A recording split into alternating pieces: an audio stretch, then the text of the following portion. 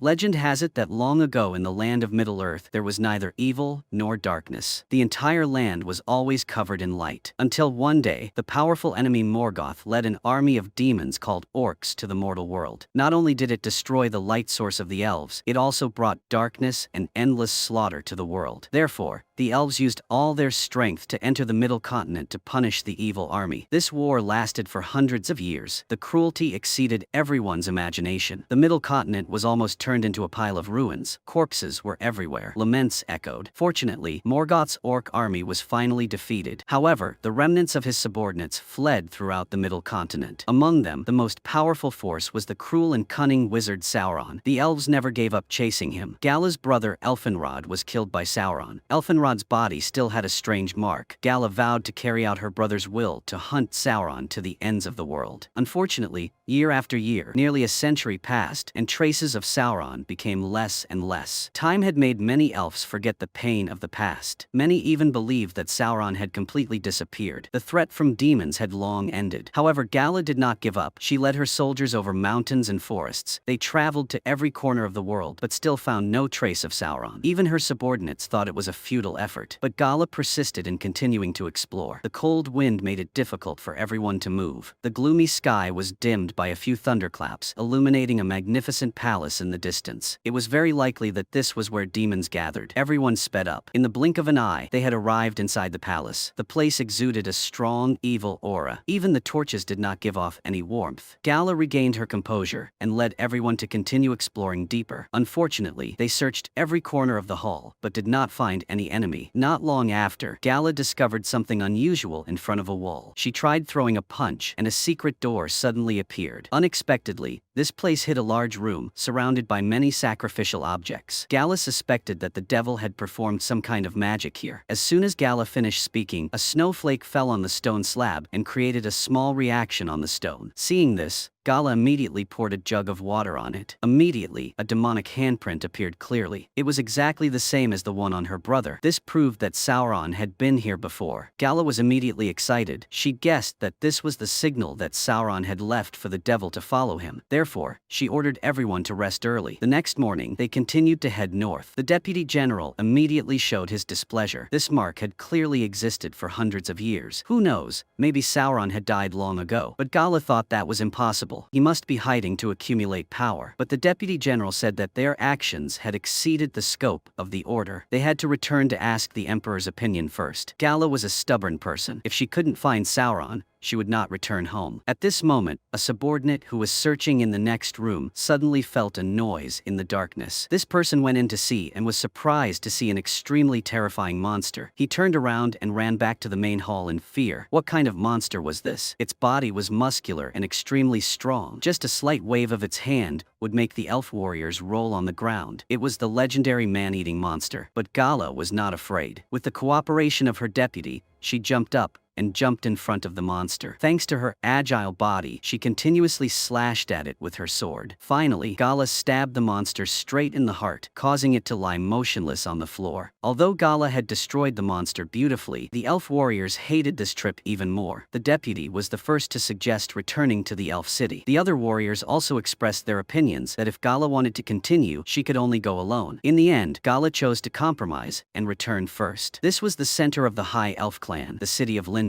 The son of the Elven king, the great Elrond, was Gala's longtime friend. Hearing that she had come to visit him, he could not contain the excitement on his face, but he immediately became extremely disappointed because Gala did not come to talk about old times. Gala wanted to ask the king for a new army to continue searching for traces of Sauron. Elrond smiled wryly and said, "Who cares about Sauron anymore?" Sure enough, early the next morning, the king summoned all the elf warriors back and officially declared the end of the war era. The era of peace had begun again. The king thanked Gala and the subordinates for their contributions over the years. The king decided to grant them the highest honor of the elf race, which was to live forever in the elf sanctuary. sanctuary. This was an honor that the elf warriors had pursued all their lives, but Gala was very reluctant in her heart. She was sure that Sauron had not disappeared, but she did not dare to openly refuse the king's good intentions. That night, when all the elf warriors were participating in the celebration, Gala quietly came to her brother's statue. She always remembered her brother's last wishes. Elrond quickly spoke up to advise her that all evil had been destroyed. She shouldn't deny this just because of a mark. He also believed that she really needed the elf sanctuary to heal her broken soul. At the same time, he also swore that if there was even the slightest sign that evil still existed, he would pursue it to the end. After Elrond was persuaded for a while, Gala finally agreed to give up on capturing the Demon King Sauron and follow the army to the elf sanctuary. But she still had doubts in her heart. Had the once incomparably powerful evil really disappeared completely? Gala had no idea that these ferocious demons had infiltrated every corner of the world. In the far northern continent, two travelers with thick horns on their backs were walking on the vast grasslands. They were famous for traveling far and wide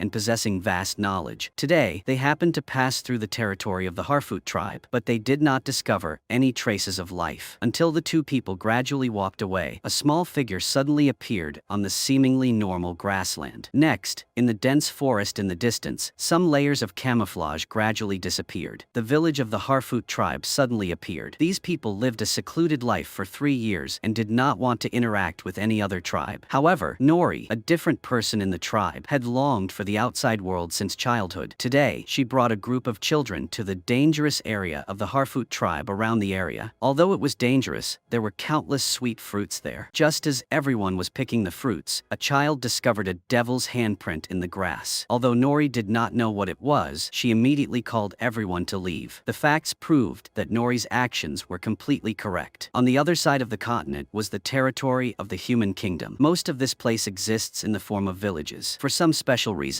all the guards here are taken care of by the elf tribe. Recently, some strange things have happened in the village. Someone's hay suddenly rotted, and someone was poisoned by drinking well water. Arjun, an elf warrior in charge of investigating this case, wanted to ask for more clues, but the villagers are very hostile to the elves, so they don't want to reveal more information. Arjun is really helpless. The news that the king declared the end of the war has also been sent here. They will also end their 79 years of stationing here and return to the land of the elf kingdom. But before leaving, Arjun wants to say a final goodbye to the woman he secretly loves. She is Bronwyn, the only female doctor in the village, a kind, brave, and responsible person. Just as the two of them were approaching each other, an old man ran up to ask for help and said that his cow was sick with a strange disease. Bronwyn suspected that it might have eaten something wrong. Arjun sat down and gently squeezed the cow's teat, and a strange black liquid flowed out. It was clearly not poisoning, but most likely something to do with demons. After asking the man where the cow had been, Arjun immediately took Bronwyn to investigate. At the same time, Bronwyn's son accidentally discovered a strange staff that could glow on its own under the floor of the abandoned house. On this side, Arjun and Bronwyn, after searching the hillside for a while, discovered a billowing black smoke. The two of them looked closer and saw a village that had been burned to ashes before their eyes. There was no doubt that this was definitely the work of demons. At the same time, the oldest sage of the Harfoot tribe raised his head to the sky in doubt. The old man discovered that the moon and the stars appeared together. They seemed to be watching something. Not long after, a giant fireball fell from the sky, followed by flames and lighting up the sky. Everyone raised their heads and looked suspiciously. Gala also saw a bright light, but it was not from the fireball, but the entrance to the supreme sanctuary of the elf race. At this moment, she and the group of warriors were taking off their armor on the boat, preparing to enter this legendary sanctuary. As they were about to arrive, all the elf warriors could not find excitement and sang their song aloud. Only Gala did not waver. Not long after, the light in front of the city became brighter. The light before their eyes tore through the thick clouds on the sea and created a gap. The entrance to the sanctuary was just around the corner. The elf warriors could not find their hearts and moved forward one after another. Gala became even more hesitant. She remembered her brother's teachings when she was young. The light on the surface was not necessarily the light. Only by touching the darkness can one find the answer. Gala's eyes suddenly became extremely determined. She rushed straight into the sea. Unexpectedly, she eventually gave up the opportunity to enter the Holy Land and decided to continue searching for the darkness to welcome the tide to see the true light. On this side, the king of the fairy race also witnessed the strange fireball with his own eyes. While he was deep in thought, suddenly a leaf slowly fell down. He picked up the leaf suspiciously and discovered that its back was continuously absorbing demonic energy. At this time, Nori saw the giant fireball falling not far away, so she and her friend curiously ran over to see and discovered a man lying under the deep hole created by the fireball. Nori suddenly slipped and fell into the deep hole. She touched the burning fire in surprise, but she couldn't feel any warmth. This made her even more curious about the man's identity. Suddenly, the man suddenly woke up and reached out to grab Nori. Even the airflow began to rotate at high speed, as if it wanted to swallow the surrounding fire. But soon after, the man fainted from exhaustion. Everything returned to normal. The kind-hearted Nori felt that she shouldn't leave him here because he might be eaten by wolves. So, with the help of her friend, the two of them carried him onto a small cart. They walked along the hillside and finally brought the man to a tent on the edge of the village. Wolves rarely appeared here, so they let him rest here for the night. Early the next morning, Nori got up early to look for the man, but she found him crawling on the ground and drawing something. Nori was about to go up to greet him when the man suddenly became extremely agitated. Nori hurriedly reminded him that she had saved him last night. The man seemed to remember something and gradually calmed down. Today, Nori had brought a lot of food, but perhaps when the man fell last night, his head had hit the ground first. So now, not only had he lost all his memory, but even the most basic eating movements took him a long time to do. Nori did not hate this at all, but patiently stayed by his side. She watched him continuously draw strange symbols. At this moment, Nori's friend ran over, panting, saying that Nori's father had met with something. It turned out that after experiencing a series of strange phenomena yesterday, the old sage of the Harfoot tribe felt that something bad was about to happen. Therefore, he suggested that the tribe migrate to another place to live. Nori's father was in an accident while dismantling the house. When Nori rushed home, she found her father sitting motionless on the bed, his ankles swollen. The villagers were talking and discussing how to migrate with this injured man. Although Nori was very sad, she still did not forget to say goodbye to the strange man. Unexpectedly, he paid close attention to the fireflies in the lantern, as if he could communicate with them. The man only saw him mumble a few words, then the fireflies flew up into the air together and fixed in one position. The fireflies were like stars combining into a strange constellation. Nori naively said that she would help the man find this constellation. However, Nori's friend was horrified to find that the fireflies were losing their vitality in an inexplicable way. Nori was also extremely surprised. Who was this man? Back on the hillside, after Arjun discovered a burned-down village, he felt that it was very likely a bad thing done by demons. So he and Bronwyn immediately ran over to see. Sure enough, they found that all the houses had been forcibly destroyed, but there were no corpses around. The two found a tunnel under a wooden house. It was definitely not man-made. Moreover, it led straight to the village where Bronwyn lived. Arjun had a bad feeling, so he quickly told Bronwyn to run back and inform the villagers. He, on the other hand, jumped into the tunnel without hesitation. He had to find out the situation as soon as possible. Bronwyn also immediately ran into the village tavern to tell them that the neighboring village had been attacked, but these people did not care at all. After a long time, the elf guards left, so should the villagers invite them back now? Bronwyn knew she couldn't convince them, so she decided to go home and pick up her son first, and then think about it later. Arjun crawled more than halfway through the tunnel. He finally saw some scratches on the rock wall. He even found a piece of nail stuck in it. He was even more certain that this tunnel was dug by the orcs. Suddenly, Arjun felt a dark shadow approaching from behind. Arjun hurriedly ran forward, but there was a puddle of water ahead. Arjun tried to suppress the fear in his heart and swam to a cave. After reaching the shore, he quickly pulled out his dagger and stared at the water. Suddenly, a few black hands appeared behind him and pulled him back. On this side, Bronwyn was not much better. After rushing home, she saw the house in ruins. Her heart suddenly sank. She was afraid that something had happened to her son. But then she was happy to find that her son was hiding in the wardrobe and was unharmed. Bronwyn was about to take her son away when suddenly there was a noise in the tunnel. Bronwyn had no choice but to hide in a wardrobe. As soon as she closed the wooden door, a terrifying figure crawled out of the cellar. It was the legendary orc. Bronwyn was so scared that she didn't dare to breathe. She kept praying for it to leave. Unfortunately, things went against her wishes. The monster used its hand to break the door Bronwyn was hiding in. Fortunately, at the crucial moment, her son jumped out to save her. Bronwyn also risked her life. First, she threw out a handful of medicinal powder. Then she rushed forward and slashed. When an orc was entangled, her son threw a rope to hang the monster in the air. Unfortunately,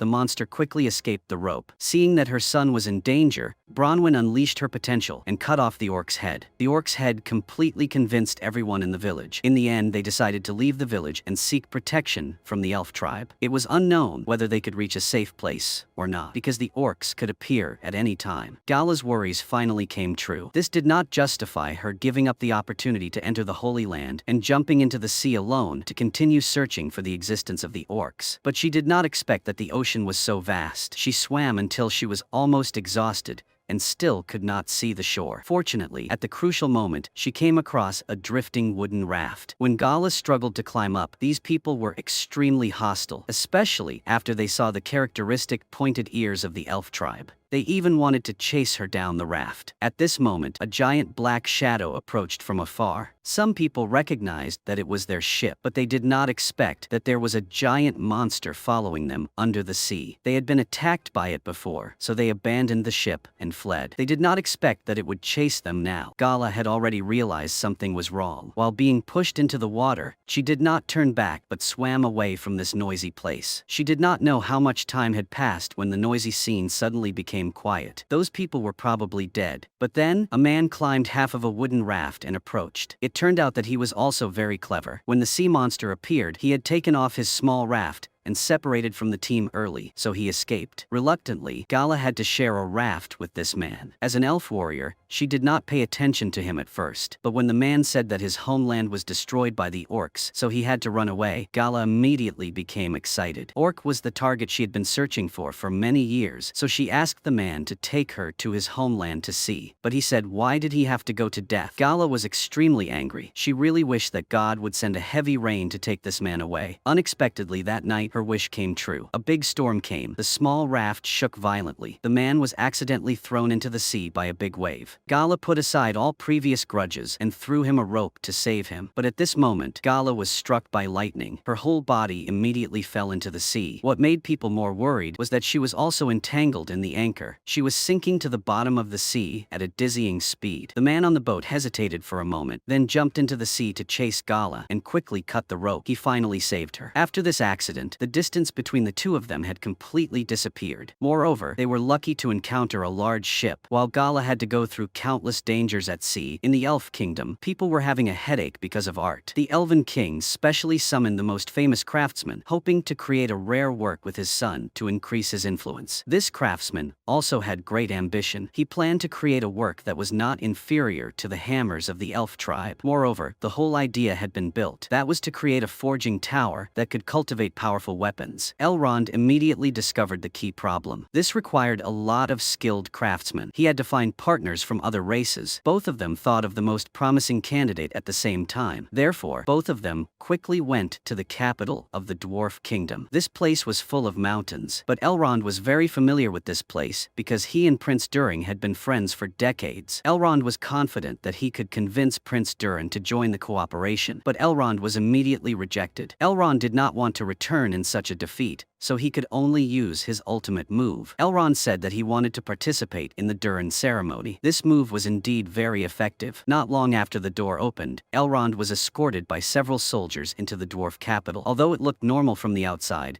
the inside was another world. It was majestic and magnificent, making people admire it. Elrond was amazed and went straight to the reception hall. Then Prince Durin was also escorted in by soldiers, but he pretended not to see Elrond. Instead, Elrond was very excited about the upcoming Durin ceremony. This was a long-standing competition in the Dwarf Kingdom. Two participants took turns breaking rocks until one could no longer break them, then lost. The loser would be banished from the dwarf territory forever. After Durin raised his axe first, the competition began with everyone's cheers. This was a contest of strength and endurance. When the boulder was broken to a small enough size, one side would lose. The result was no surprise. Elrond was finally exhausted and lost. According to the rules, Elrond would be banished from the Dwarven territory. But before leaving, Elrond finally had a chance to confide in Durin. It turned out that Durin had always been angry in his heart because Elrond had not visited him for 20 years. Elrond even missed his wedding. Elrond immediately realized that 20 years was nothing to the elf. But for the dwarves, who only lived for 100 years, it was extremely precious. So Elrond sincerely apologized and wanted to apologize directly to Durin's wife. The dwarves were stubborn but soft-hearted, So in the end they not only brought Elrond to their home, but they also had dinner together. Elrond was very good at diplomacy. During the meal, Elrond talked about the past and sighed, finally calming Prince Durin. Durin said that he would present Elrond's request for cooperation to his father. Elrond immediately smiled meaningfully. Could the cooperation he wanted be achieved smoothly? At this time, Durin's father nervously opened a treasure chest that looked very similar to the elf tribe's supreme treasure. After being captured by the orcs, Arjun woke up and found himself in the orcs' lair. There were many workers in ragged clothes around. There were even 2 elf warriors among them. They were forced to dig everywhere, as if searching for something. The orcs were monitoring from the shade of the tent because the sunlight would weaken them. Many of the orcs were wearing sun masks. The former captain of elf had been imprisoned here for a long time, so he knew that the orcs worshipped the new leader and considered this guy as Morgoth's successor. This was very important information. The news had to be sent back to the Elf Kingdom immediately. So everyone discussed and decided to take advantage of the hottest noon sunlight to escape together. If only one person escaped successfully, it would be a victory. At this moment, a commotion broke out in the crowd. It turned out that an ancient tree had blocked the prisoners' digging path. The captain of Orc demanded that the tree be cut down. The elf's former captain loved nature, so he firmly disagreed. After a while of arguing, the orc's deputy directly killed an elf warrior. Seeing this, Arjun could only suppress his anger and accept the humiliation and transformed into a woodcutter. He was extremely eager for the scorching sun to appear soon. In the blink of an eye, it was noon the next day. The sun was shining brightly. What a good time to escape. The elf clan captain took the lead and launched the first attack. Next, everyone began to desperately cut off the chains on their feet. The orcs also reacted very quickly. They quickly sent reinforcements and began to pull the chains into the hut. Arjun seized the opportunity to jump up and slash the sunshade. All the orcs were exposed to the sun, so they quickly retreated to the shade. Then they released a direwolf that was not afraid of sunlight. This was an extremely ferocious monster. In the blink of an eye, it had knocked down several people. Fortunately, at this time, the elf's tribe captain had already cut off the chains and was running towards the top of the slope. Arjun below threw a torch to destroy the direwolf that was chasing the captain. It seemed that the captain could finally escape, but when Arjun climbed to the top of the new slope, he discovered that the captain had been shot dead by an orc's arrow. It turned out that the entire forest was occupied by orcs. At this point, Arjun was desperate. He was just waiting for the orc's blade to fall. Suddenly, they were stopped by a majestic voice. The person who spoke turned out to be the new leader of the orcs named Adar. Arjun only saw a vague figure. Arjun had met Adar. At this time, Gala was still struggling to find traces of the orcs. Before that, she and the human boy Halbrand had gone through a storm at sea together. When they were exhausted, they were fortunately saved by a large ship passing by. But when Gala woke up, she discovered that something was wrong. After the crew realized that she was from the elf tribe, they were all extremely hostile. The captain even confiscated Gala's weapons and prepared to take her back to the superiors to deal with. At first, Gala did not know which force this group belonged to. With her vast knowledge, when the ship entered the vast seaport, Gala immediately guessed that this was the most advanced civilization of mankind, the city of Numenor, located at the westernmost point of the world. The magnificent buildings made people feel awe. The humans here once fought together with the elf tribe to punish Morgoth. After defeating the Lord Vala, he bestowed this island upon them. At first, these people and the elf tribe maintained a friendly relationship, but later, due to Morgoth's influence, humans began to fear death. However, the elf tribe was an immortal race. Humans could not help but suspect that this was a terrible conspiracy. Therefore, the relationship between the two sides began to deteriorate. Until later, they no longer contacted each other. Under the guidance of the captain, Gala quickly met their master. Gala immediately asked the queen to provide a ship for her to return to Middle-earth. But the queen also did not have any sympathy for the elf tribe, so she said that Gala could take the ship, but Gala had to pay with life. The atmosphere suddenly became tense. Halbrand, who was by her side, quickly mediated, saying that they should stay here for 3 days. Let both sides think carefully before deciding. In fact, Halbrand said that for his own benefit. Since he was young, because his family was in decline, he had learned many ways to handle the hustle and bustle of the city, as well as some shady tricks. When he parted with the captain, he stole Gala's sword from the captain. This was a relic of Gala's brother. Gala was immediately very grateful. Moreover, Halbrand had been planning to stay here since he set foot on the island. After all, his hometown no longer existed. During these 3 days, he wanted to establish a foothold for himself in this city. Unexpectedly, when Halbrand went to the blacksmith shop to apply for a job, he was harshly rejected because anyone who wanted to do any job here had to have a guild badge. Halbrand had been a gangster for many years, so this small matter was not a problem. Only saw him go to the tavern and wave his hand, saying, "I'll pay for everyone's drinks today." In the blink of an eye, Halbrand not only made friends with the locals, but also took the opportunity to steal a guild badge. But what Halbrand didn't expect was that the owner of the badge was no pushover. After discovering that the badge was missing, this person gathered a group of friends to settle the score. Halbrand didn't want to cause trouble, so he tactfully returned the badge, but the other party still wouldn't let him go. Halbrand had no choice but to fight back. In the blink of an eye, Halbrand had knocked down this group of locals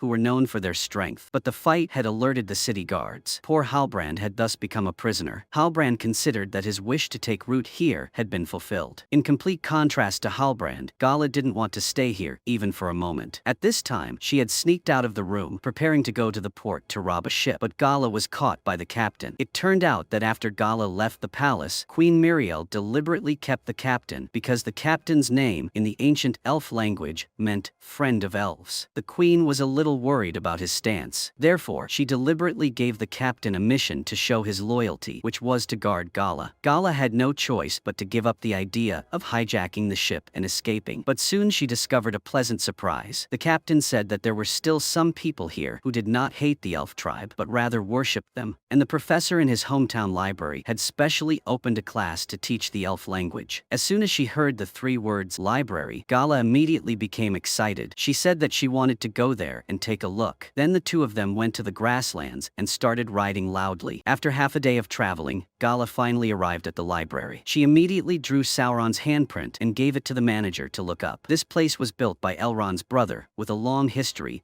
and a huge number of books. The manager quickly brought the search results. It was very similar to the mark made by a human spy. Gala realized that the mark left by Sauron was actually the outline of the southern continent. The human spy also used the singing language created by Sauron to write a paragraph of text on the mark. Once Morgoth was defeated, they would create a new territory on the southern continent so that the dark forces could revive. Gala couldn't help but feel scared. It turned out that Sauron had disappeared not because he was hiding, but because he was waiting and hiding, waiting for the right opportunity to return. Afterwards, Gala went to find Halbrand, who was imprisoned. She also found something in the library, which was the family crest on Halbrand's body. Halbrand was not an unknown person, but the legitimate heir to the southern continent. His ancestors had once unified the southern continent and sided with Morgoth. After Morgoth's defeat, the territory of Halbrand's family was also in ruins. Gala wanted Halbrand to rise up again, to unify the southern continent, and then ally with the elf tribe to defeat the Dark Lord Sauron, to wash away the sins that the family had caused. Returning to the Harfoot tribe, no matter how many changes there were in the Middle-earth, they could not change their optimistic nature. At this time, they were preparing to migrate again to another place to continue their free life. But now, Nori's family had a very difficult problem. Her father's injured leg would definitely affect the progress of the migration. Her family might even be left behind. Her mother was worried until her hair turned white, but Nori was not worried at all. At this moment, her mind was all on that mysterious person. Nori left her friend guarding outside, and she sneaked into the old sage's room and opened his knowledge notebook. She tried to find the constellation that the mysterious person had used fireflies to mark last night. At this time, the sage suddenly returned to the room. Nori quickly hid under the table. Finally, with the skillful coordination of her friend, she got the illustration of the constellation. Since the migration would begin tomorrow, according to tradition, all the people of the Harfoot tribe gathered together. Under the sage's leadership, everyone began to remember those who had died in the previous migration. When the atmosphere became the most solemn, the mysterious person suddenly appeared and stealthily opened Nori's backpack. Under the flickering firelight, he frowned and stared at the constellation illustration. He was completely absorbed in it. He didn't even know that the illustration had been burned by the fire. When he realized it, it was too late. In his panic, he made a loud noise. The Harfoot tribe saw this tall figure and cowered in fear. It was not until the mysterious person called Nori's name that everyone realized that he had no malicious intentions. However, Nori's act of leading outsiders to tribal territory could not avoid criticism. According to the rules, Nori should have been expelled from the tribe. However, the wise old man saw that she was still young, so he finally reduced the punishment. He arranged Nori's family to the last position in the migration group. The mysterious person quietly observed everything. Although he was foolish, he also understood that he had caused no small amount of trouble for Nori's family. Early the next morning, on the migration journey, Nori's family was in poor health and was placed at the end, so they were almost left behind. Unexpectedly, at this time, the mysterious person suddenly appeared and said that he wanted to help Nori's family catch up with the group. Just like that, the mysterious person with no clear background was completely attached to Nori and would welcome their own adventure together. After Arjun failed to escape, he was almost killed on the spot. Fortunately, at the crucial moment, Adar spoke up to stop him. This time, Arjun finally saw Adar's appearance clearly. Compared to the ugly face of the orc, Adar could be considered handsome. Seeing a seriously injured orc lying on the ground, Adar bent down with a gentle smile on his lips. But Adar's hands were not gentle. Adar directly finished him off. This was the type of ruthless person who spoke little. When facing Arjun, Adar suddenly asked him where he came from. Arjun honestly answered that it was Belezin,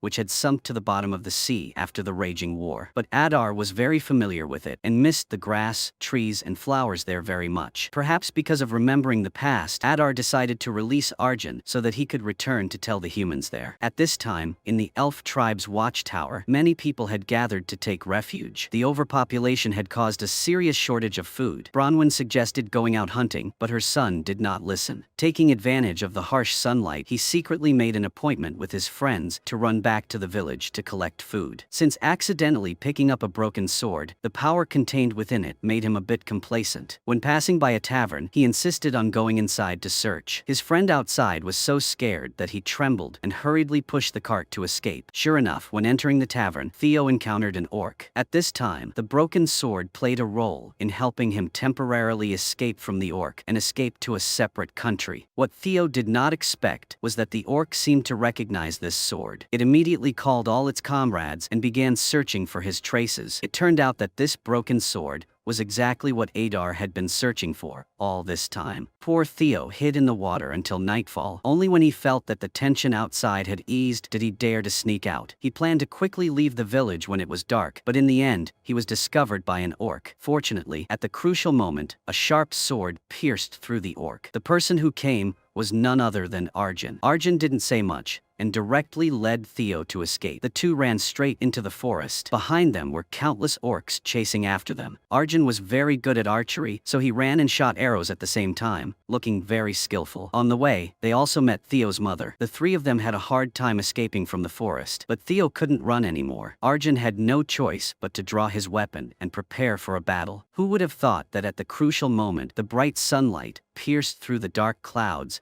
and illuminated the entire plain. The orcs were afraid of the light, so they could only hide in the forest, growling with dissatisfaction and watching the three of them leave. Arjun and Bronwyn quickly arrived at the watchtower. The two of them had gone through life and death together, and their feelings had once again blossomed. But Arjun was filled with anxiety because he remembered what Adar had told him to leave behind. The humans in the watchtower said that if they wanted to preserve their lives, they had to give up their ownership of this land and swear allegiance to Adar. At the same time, the tavern owner in the village came to Theo. It turned out that he was the owner of the broken sword. Whoever held the broken sword would have a mark on their arm. This broken sword was forged by Sauron himself to give to his subordinates, who were also the ancestors of these refugees. The fireball in the sky a few days ago was a signal that the evil Demon King was about to return. It seemed that these people would once again follow the footsteps of their ancestors and follow the Demon King to cause trouble to the world. Adar in the distance also received a report from his subordinates that the broken sword they were looking for was in the elf watchtower. It seemed that a bloody war was about to break out. This would also become the first battle after the Demon King's return. It was unknown whether it was a coincidence or not that Mithril in the city of Numenor, located in the far west of the world, suddenly saw the leaves of the white tree, the symbol of the nation's destiny, flying around, and the scene of the city of Numenor being destroyed. This made Mithril extremely frightened. Gala was caught in the crossfire at the right time, and even tried to convince Mithril to ally with the elf. Together they would fight the Demon King Sauron and rescue the people in the south of Middle-earth who were being massacred massacred by Sauron. If Sauron were allowed to grow stronger, sooner or later, the city of Numenor would be destroyed. But Miriel knew well that the people hated the elves, so she thought that the scene she had just seen must have been caused by Gala. Therefore, Miriel immediately refused Gala's offer. Gala angrily said that if Miriel could not decide, then invite the real king here. This sentence angered Miriel. Therefore, Miri immediately locked Gala in the dungeon and became Halbrand's cellmate. Compared to the naive Gala, Halbrand was much more clever. It was not necessary to draw benefits to convince others. Finding out what the opponent feared most could also win unexpectedly. This sentence made Gala wake up. What Miriel feared most was probably her father. Gala had just mentioned him when Miriel lost her temper and ordered Gala to be locked here. In the blink of an eye, it was night. The state preceptor led a few guards to the prison. Miriel ordered Gala to be forcibly escorted back to elf territory. Gala, of course, refused to submit. She rose up to fight back. In a flash, she locked the guards in the dungeon. Taking advantage of the quiet of the night, Gala secretly climbed up to the tower where the old king was. Unexpectedly, he was seriously ill, and the queen had always kept this news a secret. Instead of her secret being exposed, the queen regent did not hide it anymore. Miriel slowly revealed her worries. It turned out that when he was still on the throne, the old king was fiercely opposed by the people because of his closeness to the elves. They believed that the elves' infinite lifespan would rob people of their opportunities to make a living. The old king was eventually forced to abdicate. Miriel took power in an emergency. Therefore, now Miriel did not dare to show too much affection for the elves. As she spoke, Miriel led Gala to a sphere. This was the Palantir, which could predict the future. When Gala placed her hand on the Palantir, she also saw the scene of the destruction of the city of Numenor. In fact, this was the queen's greatest worry. Miriel believed that Gala's appearance had caused this disaster. That was why she wanted to send Gala away as soon as possible. But Gala did not think so. The culprit who caused the fall of Numenor must be Sauron. But Miriel did not dare to use the fate of tens of thousands of people to test Gala's guess. Therefore, early the next morning, Gala was taken on a ship to return. When Miriel turned to leave, she saw the leaves of the white tree flying all over the sky. At this moment, Miriel realized that Gala's departure was not the end of the disaster. On the contrary, this could be the beginning of misfortune. So Miriel immediately sent someone to bring Gala back and officially announced to all the people that she would personally escort Gala back to the main palace to rescue the southerners who had been massacred by Sauron. After a powerful speech, the people of Numenor awakened the heroic blood in them. They all signed up to escort Miriel and together punish Sauron. While the human army was basically established, there was no movement in the elf city. The elf tribe was cooperating with the dwarves to build a giant forge tower. This talented blacksmith was Celebrimbor, who was also the lord of the city. Celebrimbor always felt that these dwarves were deliberately hiding something, so he asked Elrond to go to the dwarf capital again to clarify the news. But when he arrived, Elrond was informed that Prince Durin had gone out to mine. Durin would not return for a few days. The clever Elrond quickly realized something was wrong. Why did Durin go out to mine without bringing any tools? But Elrond did not expose it on the spot, but quietly followed Durin's wife. Elrond discovered that she had secretly met Durin. Elrond snooped on the content of their conversation from afar. Thus, Elrond knew Durin's true location. Elrond then quietly went there, but there was a stone wall in front. Elrond tried to recite the nursery rhyme that Durin's son often hummed. The stone wall really opened. In the original, he was described as the embodiment of strength and wisdom, which can be clearly seen from this detail. Unexpectedly, behind the stone wall was actually a mine. Durin saw Elrond and his expression suddenly changed. Could it be that his father was right? The elf tribe wanted to rob the ultimate treasure of the dwarf tribe. Elrond quickly swore that he would definitely keep this secret. Durin was straightforward and told the truth. It turned out that they were secretly mining a new type of ore, Mithril, which was lighter than silk but harder than iron. This was the best material for making weapons. That's why Durin's father put it in the ultimate secret of the dwarfs. Durin was very touched and took the initiative to give Elrond a piece of Mithril to prove their friendship. At this moment, a mine suddenly collapsed. Durin wanted to go in to save people but was pulled back by Elrond. As a result, 4 dwarves were trapped in the mine. Unexpectedly, Durin's wife sang loudly in the sacrificial hall. This was a unique prayer ritual of the dwarves to pray for the protection of the stone and hope that the miners would be safe. It was unknown whether the prayer was really effective. Durin rushed over and said that the 4 trapped miners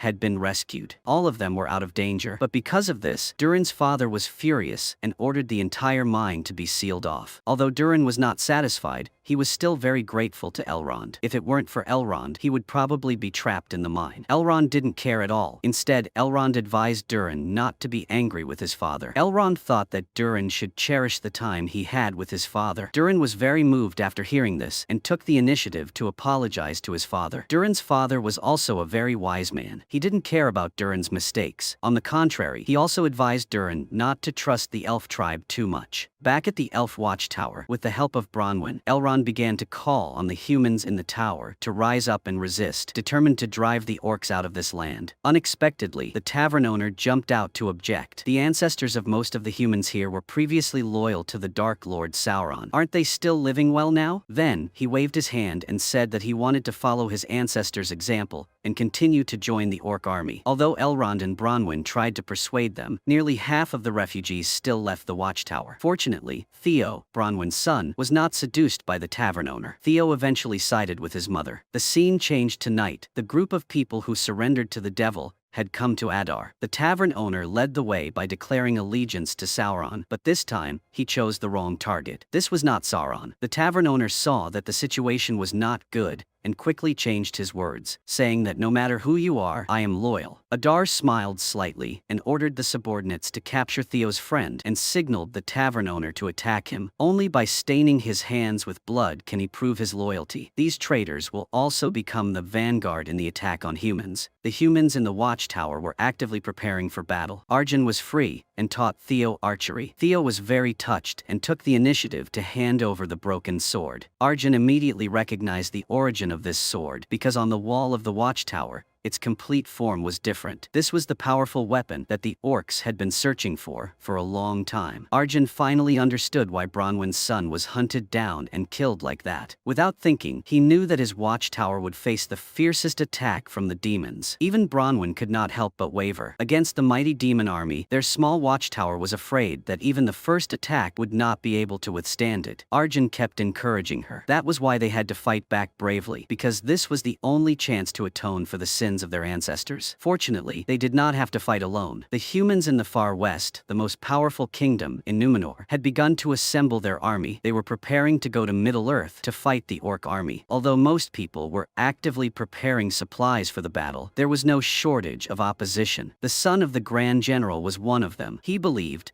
that they should not easily listen to Gala's orders. The Grand General thought that his son was too immature. Things could not be looked at from the outside, but should be seen through the great benefits hidden inside. If they could help the legitimate heir of the south of Middle-earth, Halbrand, regain the Golden Throne and take the opportunity to defeat the demons, the king of South Middle-earth would owe them a favor. At that time, countless resources would flow into Numenor. When he was strong enough, even the elves would have to bow to them. But this was just his subjective thinking. No one expected that the future king of South Middle-earth was currently sweating in the forge. His greatest wish was to obtain a professional badge and settle down in Numenor. As for restoring the family's glory and rescuing the people of the south, Gala's lies were just words to convince the queen to send troops. As a result, as soon as the three of them met, Gala's lies were exposed. The queen turned around and left. Halbrand also felt that he was being used, so he angrily threw down the family badge and said that if she wanted to play, she could play by herself. Gala did not expect that the alliance she had worked so hard to build would collapse in an instant. Worse, as the general's son was strongly opposed to this, so he came up with a plan. He sneaked onto the warship at night. After opening the wine barrels one by one, he lit the wooden planks. As a result, the two warships were completely burned down. At this time, the queen was even more hesitant about sending troops to Middle-earth. Even the general suggested postponing the departure time. After all, there were only 3 warships left. If they set sail to fight the half-demons, they would definitely fail. If the queen suddenly added that unless Halbrand gathered the humans in southern Middle-earth, she would definitely not send troops. But he had absolutely no intention of doing so. Gala had not given up yet. When passing by a street where the captain was training soldiers, she saw their clumsy movements. Gala thought that this way could not defeat the demons. Therefore, she could not help but step forward to teach them. Destroying demons did not require fancy techniques. Fast, strong, and accurate secret were the key. The captain was somewhat unable to accept it, so he promised the soldiers that whoever could defeat Gala would be promoted to lieutenant. The soldiers felt as if their power had increased by 200% as they rushed towards Gala. Unexpectedly, the battle scene had completely turned into Gala's performance. They could only see her moving like flying among the crowd swinging swords. In no time,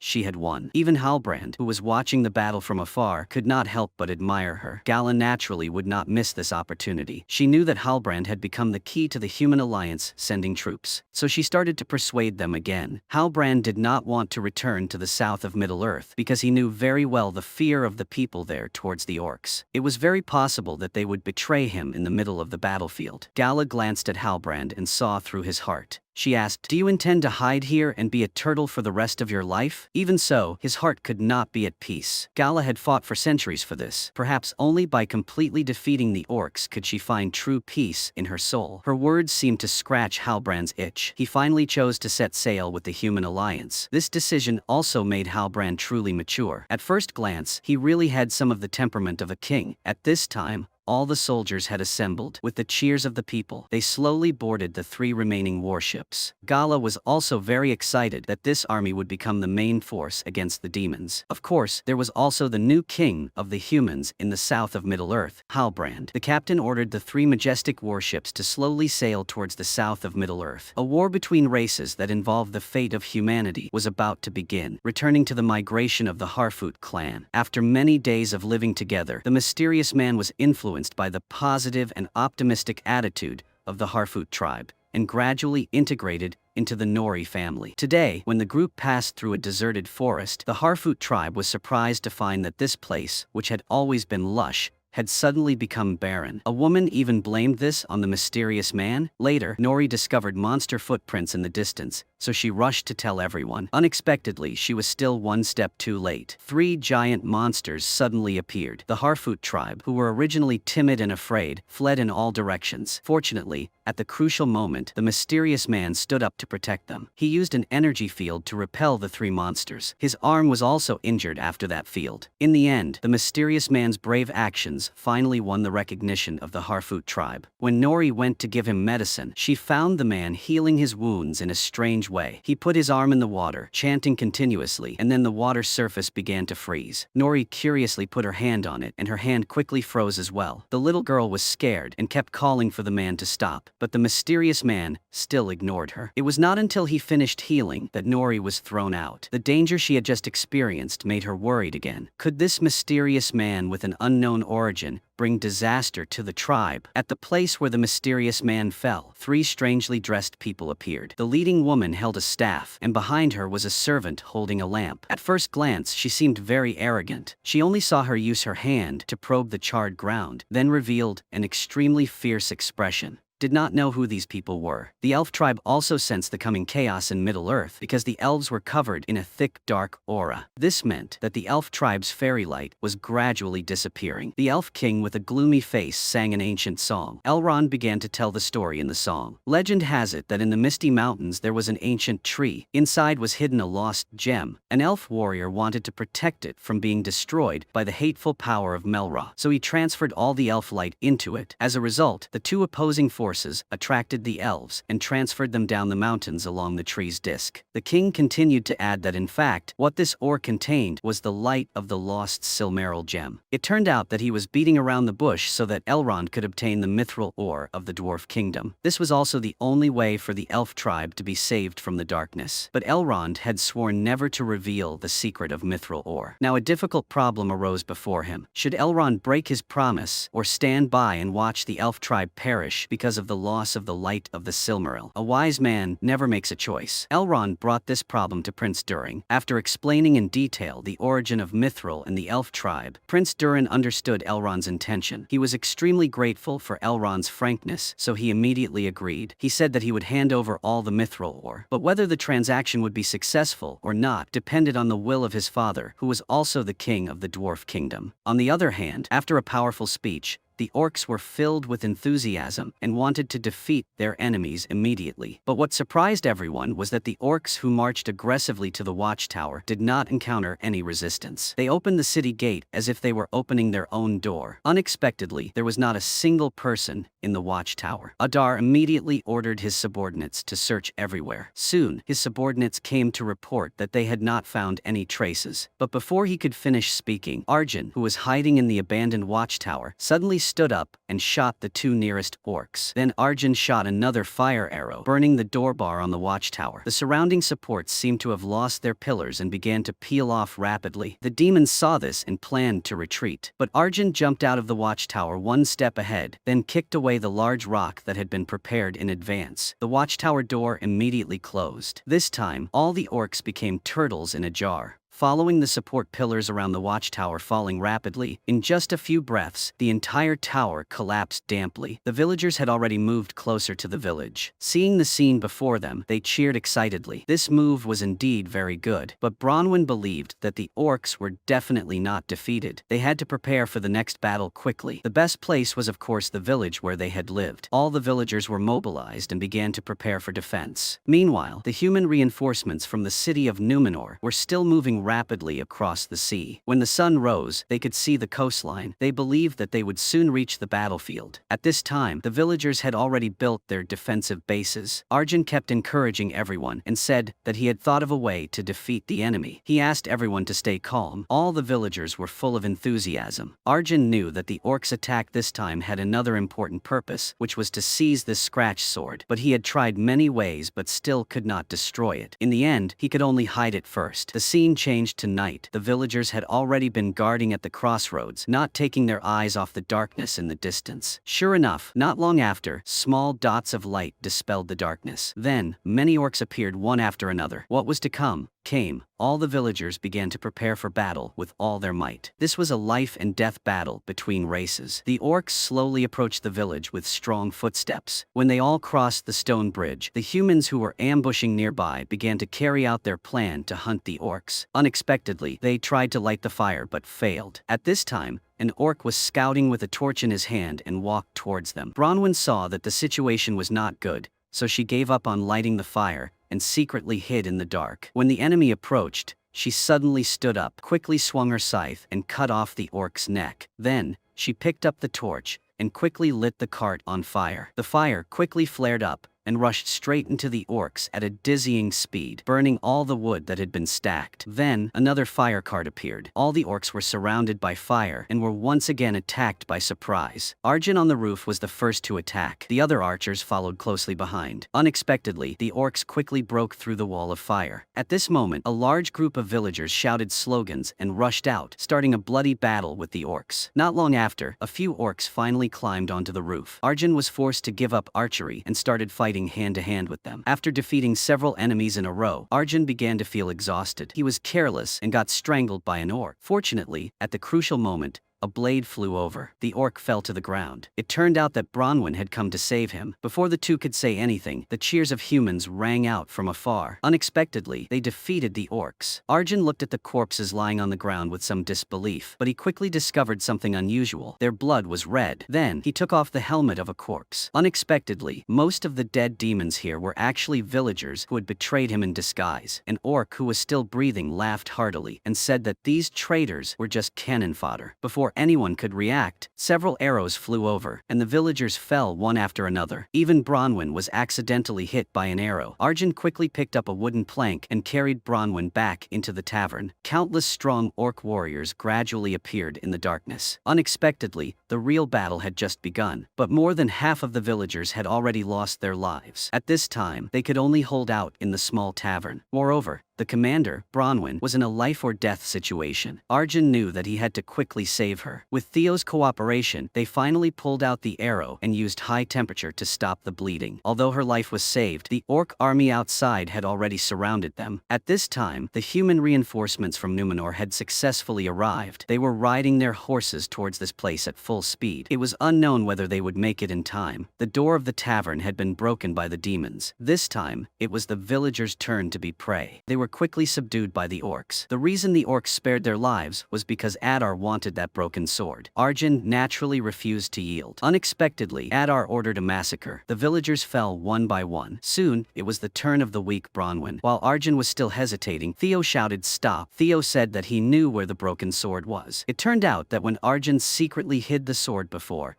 Theo had seen it. Theo picked up a sword and pried off a seemingly normal floor tile. Unexpectedly, the broken sword was hidden right in front of everyone's eyes. Adar finally got what he wanted. His face was filled with excitement. But at this moment, the ground suddenly shook violently. The human reinforcements had finally arrived. A large number of cavalry rushed in like a tsunami. In the blink of an eye, the orcs fell in droves. Before the tall orc cavalry, they completely lost their physical advantage. They were quickly beaten and fled in disarray. Gala was even more majestic and fearless. The captain commanded too bravely. Several orcs pulled his horse off. Just as he was about to die, a spear flew over. It turned out that Halbrand had come to his rescue in time. The human prisoners in the tavern also began to fight back and quickly cleared the way. Arjun immediately joined the battle. He was fighting fiercely when he happened to meet Gala, so he quickly reminded him not to let Adar run away with the broken sword. Gala immediately rode after Adar. Halbrand in the distance keenly sensed something was wrong, so he also rode his horse to chase after him. The horse that Gala rode ran faster and faster under the coaxing of the elf language. Gala gradually shortened the distance with Adar. When Gala was about to catch up with Adar, Halbrand suddenly rushed out from the front and stabbed out with a spear. Adar fell down, dizzy. Halbrand intended to take the opportunity to finish Adar off. Gala quickly stopped him and said that keeping Adar would have other uses. When the two returned to the village, the battle here had ended. Many orcs had been taken prisoner. Gala also began to interrogate Adar. In just a blink of an eye, she recognized his background. It turned out that the demon king had kidnapped many orcs, forcing them to become his right-hand men, and the demon leader before her eyes was one of them. But at this moment, what Gala cared about most was the whereabouts of the demon king Sauron. Who would have thought that the demon leader would say that Sauron had been destroyed by him? Gala, of course, did not believe it. Even if that were true, an elf warrior could not possibly be the supreme commander of the orcs. Adar suddenly became extremely confident, saying that these demons were all descendants of the Lord of the Mysterious Flame, and that this land would soon be under his control. At this time, the villagers did not know that a greater disaster was about to strike, so they were all happily celebrating their victory. Miriel solemnly introduced Halbrand to everyone. Through the family crest, everyone recognized Halbrand's identity as the legitimate king that the people had been waiting for day and night. Arjun observantly found Theo, who was sulking alone in the corner. Arjun took out the broken sword he had taken back from the demon leader and told Theo to give it to Miriel. When she returned to her homeland, she threw it into the sea. That way, Theo could also escape its temptation. But when Theo opened the package, he discovered that the broken sword had been swapped. The real broken sword was in the hands of the traitorous tavern owner. He was seen holding the sword and stabbing it straight into the ditch on the watchtower square. With a strong turn, the entire watchtower began to shake violently. Then, the dam blocking the lake slowly opened. The floodwater rushed down. The villagers quickly discovered something unusual. All the wells were cracked. Adar was extremely excited when he heard the noise. He quickly put his ear to the ground to listen. It turned out that the floodwater had followed the tunnel that the orcs had dug earlier. It flowed straight into the giant volcano. The hot lava in the volcano met the water and began to shake violently. In just a few minutes, this giant volcano had erupted. The villagers were still in a daze. Countless rocks from the volcano fell from the sky. Everyone hurriedly fled. When the volcano stopped erupting, the ground was covered with a thick layer of ash. Gala looked at the burning flames around her and felt extremely cold in her heart. She didn't know what to do next with the orc army. She only saw her loudly calling the Middle-earth king Halbrand and the captain. Unfortunately, she called and called, but no one answered. In the end, she only found Theo, Bronwyn's son. The two of them decided to leave the village first and think about it later. Fortunately, this volcanic eruption did not only have the two of them alive. At this time, Miriel had gathered some villagers who were trying to find other survivors. The fire was getting bigger and bigger, so no one dared to slow down. The captain's son and Miriel were saving people in a house when the roof suddenly collapsed. Meanwhile, Gala and Theo had passed the village, reaching the edge of the forest. Unexpectedly, they saw the orcs' silhouettes ahead. Gala knew that this place had become their lair. With the thick layer of volcanic ash obscuring the sky, the orcs were able to come out during the day. Fortunately, the situation for humans was not as bad as imagined. The captain had gathered some of the remaining soldiers and was preparing to cross the forest and reach the camp they had set up earlier. However, his heart was also very heavy. He looked carefully at each person's face but could not find his son. At this moment, Miriel had caught up with the army. Fortunately, she was still alive, but she brought bad news. The captain's son had died. He was silent for a moment and tried to regain his composure because he did not have time to grieve now. He had to quickly bring Miriel and the remaining soldiers back to the camp. But then, the captain received another bad news. Miriel had gone blind. Just now, Miriel had been pretending that nothing had happened because she did not want the soldiers to know about it, to avoid shaking the morale of the troops. This time, the captain felt the burden on his shoulders even heavier. Fortunately, they were not attacked by the orcs on the way. Finally, they arrived at the camp safely. Gala and Theo soon arrived. The first thing Theo did was to find his mother. The corpses were everywhere, making him feel heavier and heavier. Theo feared that one of them was his mother's face. Fortunately, Theo finally found his mother safe and sound in the medical room. Arjun was with him. Gala was led by Bronwyn to Miriel on the hillside. Seeing the bandage on Miriel's eyes, Gala expressed her deep regret. If Gala had not insisted on dragging Miriel into the war, there would not have been such heavy losses. Unexpectedly, Miriel was still as heroic as ever, saying that she would immediately return to Numenor. She would mobilize more soldiers, absolutely not letting the Miriels here live another day. Gala was deeply moved. At the same time, she was also subdued by Miriel's spirit. After sending Miriel off with Arjun, Bronwyn said that she would lead the villagers to Balagi. There was water and fertile land there. Gala was preparing to return to Lindon and asked the High King to send troops to punish the orcs. Bronwyn hurriedly reminded Gala to go see Halbrand before leaving. Halbrand was lying in bed. Last night, he had fainted on the side of the road. Fortunately, he was saved.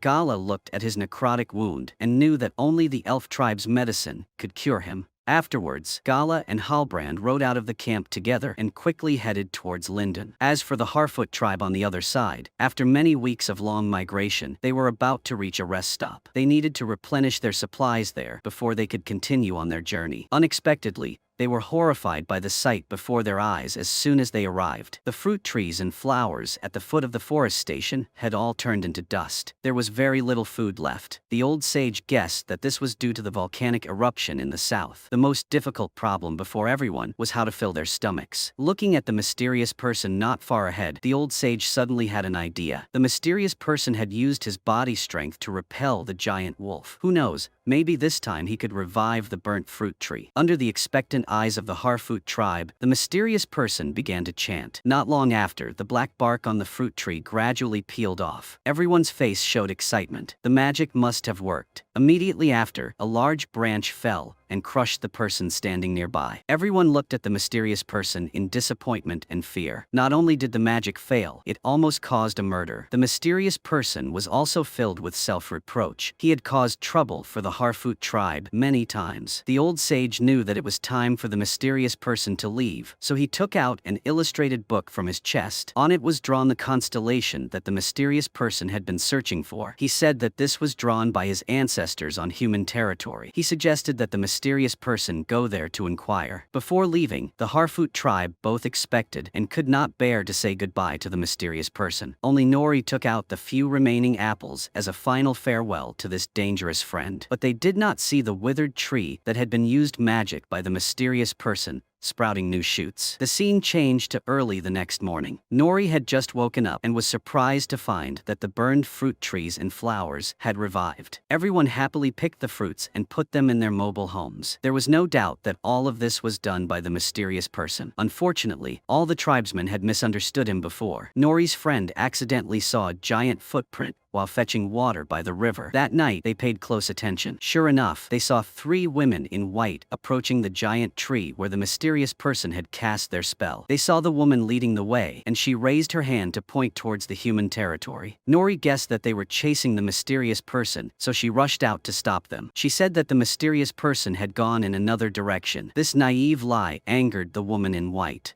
Nori's father hurriedly picked up a torch, wanting to protect his daughter. Unexpectedly, the woman in white only waved her hand slightly, and the fire was immediately extinguished. Then, she opened her palm and blew on it. All the supplies that the Harfoot tribe had worked hard to collect during the day were burning fiercely. This was all their property. Everyone knelt on the ground, hugged each other, and cried loudly. But with their optimistic nature, they were not discouraged. Nori's father said that although the Harfoot tribe did not have strong physical strength and magical powers, it was thanks to their resilience, indomitability, and loyalty to their friends that they were able to stand firm until now. Unexpectedly, these words awakened Nori. She immediately decided to go to the human territory. She had to go to the white-clothed woman to warn the mysterious person to be on guard. Many people in the tribe agreed. Nori's close friend and mother decided to go with her. The old sage said that he also wanted to join this dangerous journey. The scene changed to the Dwarf Kingdom. Elrond was negotiating a deal with the king of the Dwarf Kingdom. Elrond hoped that he could provide enough Mithril for the elf tribe to continue to exist. In return, the elf tribe would also provide them with food, wood, and so on for 5 consecutive centuries. This reward could be considered extremely generous, and many lords were moved. Only Durin's father remained calm. He asked everyone to leave, leaving only his son Durin. Then he said very seriously that mithril mining was very dangerous. He would not risk the lives of the dwarves to help them escape from destruction. Durin was very agitated when he heard this. He could not watch his friends suffer because of the unknown danger. But Durin's father was extremely stubborn. He was determined not to violate the teachings of his ancestors. After hearing this news, Durin's wife scolded his father as a foolish and selfish old man. But Durin was much calmer now. After all, his father was the king of a country, so no one was allowed to go against his father's decision. In the end, he had no choice but to tell Elrond this bad news. After hearing this, Elrond was extremely disappointed but quickly forced a smile. Elrond said that he had to quickly return to report the results to the king. Before leaving, Elrond returned the mithril, the symbol of friendship that Durin had given him. Perhaps this would be the last time they met. Durin's eyes filled with tears. He angrily threw the mithril into the corner of the table. Unexpectedly, a miracle happened right after that. The leaves of the pressed ancient tree, which were originally full of negative energy, gradually regained their vitality. Durin and his wife opened their eyes wide in disbelief, proving that what Elrond said was not a lie. Durin immediately made a bold decision, which was to go all the way to the mithril mine. Elrond wanted to prove to everyone that mithril mining was not as dangerous as imagined, to make everyone change their minds. This time, after they hammered the rock wall in the mine, a large hole was created. Unexpectedly, there was a large space inside, and an entire mithril mine was exposed. Durin and Elrond had not yet had time to rejoice when Durin's father suddenly appeared with guards. Durin wanted his father to see the mithril mine. Unexpectedly, Durin's father did not care about these things. What made Durin's father angry was that Durin had disobeyed his orders. He immediately ordered Elrond to be expelled from the Dwarf Kingdom. This time, Elrond's mission was considered a complete failure, and it also implicated Durin. The king was furious and directly tore off the family crest on Durin's body. Then he ordered the mithril mine to be sealed forever. The old king went to the entrance of the mine and threw the leaf of the ancient elf tree into it. Unexpectedly, this leaf caught fire after falling to the bottom, and the familiar breath of this elf once again awakened Melrock, who had been sleeping for many years. On the other side, the mysterious man was on his way through the mainland forest. He remembered his friend Nori. Suddenly, a small figure passed by, looking very much like a Harfoot, so he curiously chased after him until he reached an open space. The small figure revealed its true form. It turned out to be the 3 people in white who had been following him all this time. The old man was scared and kept retreating because, after all, they did not look like good people. Who would have thought that these 3 men in white would suddenly descend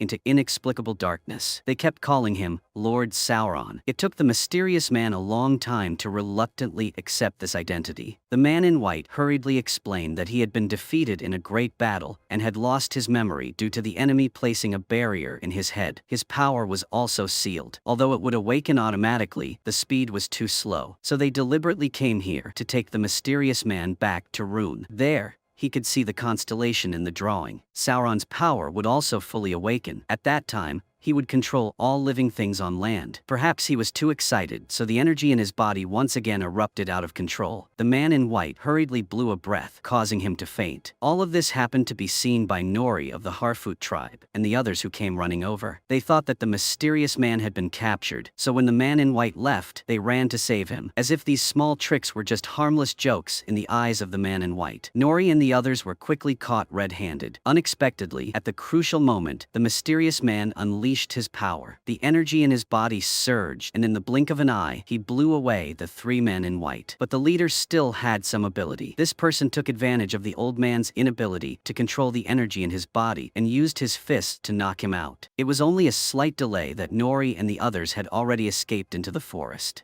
The leading woman was also really angry and used fire control magic to burn the surrounding trees, trying to force these annoying people out. Within a radius of a few dozen meters, the fire quickly flared up. Unexpectedly, Nori not only did not run away, but also picked up the leading woman's staff and went to the mysterious man to ask for his help. The man now knew his identity as the Devil King, so he told Nori to quickly stay away from him. But Nori firmly believed that no one was born evil. Only actions determine good and evil. The mysterious man seemed to wake up after hearing this. He slowly raised his hand to receive the authority. Nori's friends were forced by the fire to the point of no return. They were about to say something in denial. Unexpectedly, the fire around them suddenly extinguished. The mysterious man finally took action. Then, he turned around and shouted loudly, telling the three men in white to return to the dark land. Only then did the three men in white react. The old man in front of them was not the demon king Sauron, but one of the Istari. Before he could finish, the mysterious man raised his staff, and divine power surged out. The three men in white immediately turned into butterflies and flew away. Having barely escaped death, the Harfoot tribe hugged each other and cried. Although their fighting power was not strong, they had indirectly rescued the mysterious man. But the old man died with serious injuries. When the warm sunlight shone everywhere again, he closed his eyes and passed away. After this, the mysterious man also regained consciousness. Although he did not know what Istari the white-clothed woman was talking about, he still decided to go to Rune. After hearing this, Nori also made a bold decision. She wanted to go to Rune with the mysterious man. In Lindon, Elrond reported that the dwarves refused to provide Mithril to the king. Both of them were extremely sad. They could only helplessly watch the ancient tree of the elf tribe wither. The great emperor held the only piece of Mithril in his hand, thinking to himself that if only he could infinitely amplify its properties, how nice it would be. At this moment, Gala also brought the injured Halbrand to Lindon. The elf tribe's medical techniques were indeed exceptional. After just one night, Halbrand's wounds were almost completely healed. While getting out of bed to exercise, he accidentally went to the blacksmith's study. At a glance, he saw 3 precious stones on the table. These were the precious stones that absorbed the holy light of Valinor. Then, Halbrand's eyes were drawn to the single piece of Mithril. He quickly discovered its extraordinary properties. He said that when he was in Numenor, because precious metals were rare, he often melted different metals, eventually creating a metal alloy that was dozens of times higher in quality. The blacksmith heard Halbrand's description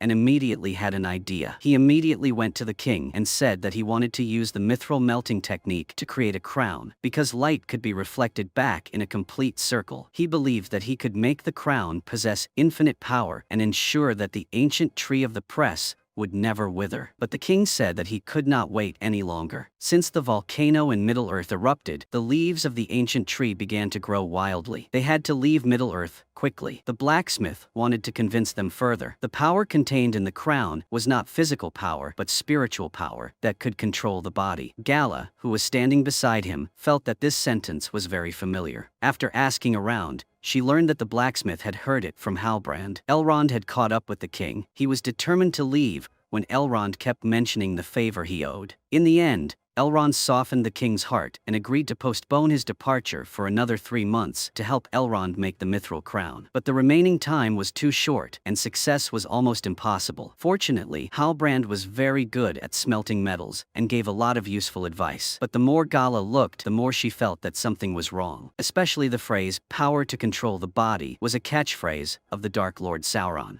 So Gala secretly asked Subordinate to find the records of the royal bloodline in southern Middle-earth. Subordinate quickly brought the necessary information. After reading it, Gala's face turned pale. Just as she was still stunned and didn't know what to do, Halbrand suddenly appeared and brought good news. Previously, due to the problem of smelting mithril, the production work kept encountering obstacles. In the end, they decided to give up on making the crown. Instead, they made 2 rings. This way they could perfectly solve the smelting problem. But Gala was not happy at all. In the end, she couldn't help but choose to expose the truth. According to the records, the royal family of southern Middle-earth had been extinct for 1,000 years. Halbrand's identity as a descendant of the royal family was completely fake. Halbrand's face immediately darkened. At this point, he had nothing left to hide. The royal family's inscription was actually just picked up by him. His true identity is the Dark Lord Sauron. Gala was angry and immediately pulled out her dagger. Unexpectedly, right after that, she appeared in the outskirts of London. Her deceased older brother appeared before her. He advised her not to stubbornly search for Sauron anymore. In fact, Sauron's purpose was the same as the elf tribe. They both wanted to ensure peace in Middle-earth. Gala immediately realized that the man in front of her was not her brother, but a transformed Sauron. Then,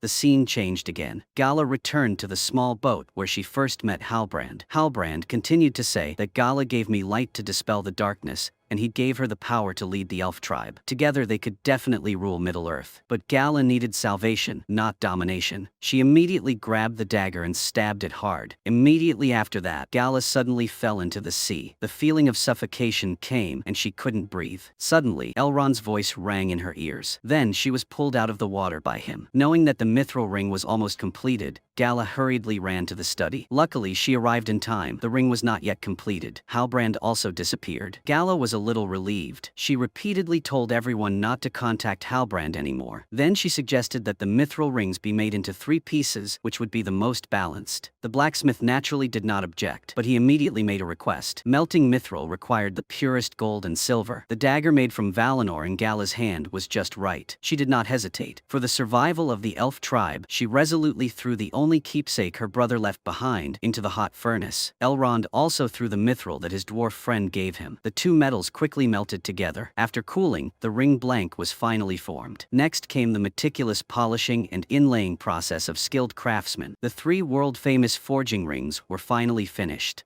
At the same time, Halbrand, the Dark Lord Sauron, seemed to sense the presence of the elf tribe's rings. He smiled as he looked at the volcano in the distance. When the queen returned to Numenor, she discovered countless large ships anchored at the port. Compared to the 3 ships that had sent troops before, the current scale was clearly many times larger. The reason they built so many large ships was because her father seemed to suddenly sense the future when he was dying, so he used his last bit of strength to persuade everyone to quickly restore friendly relations and form an alliance with the elf tribe. Otherwise, Numenor would not be able to survive. Although Numenor's power had increased, this also foreshadowed that the next battle in Middle-earth would be even more fierce. The entire content of Part 1 of the Rings of Power ends here. The movie ends here. Thank you for watching.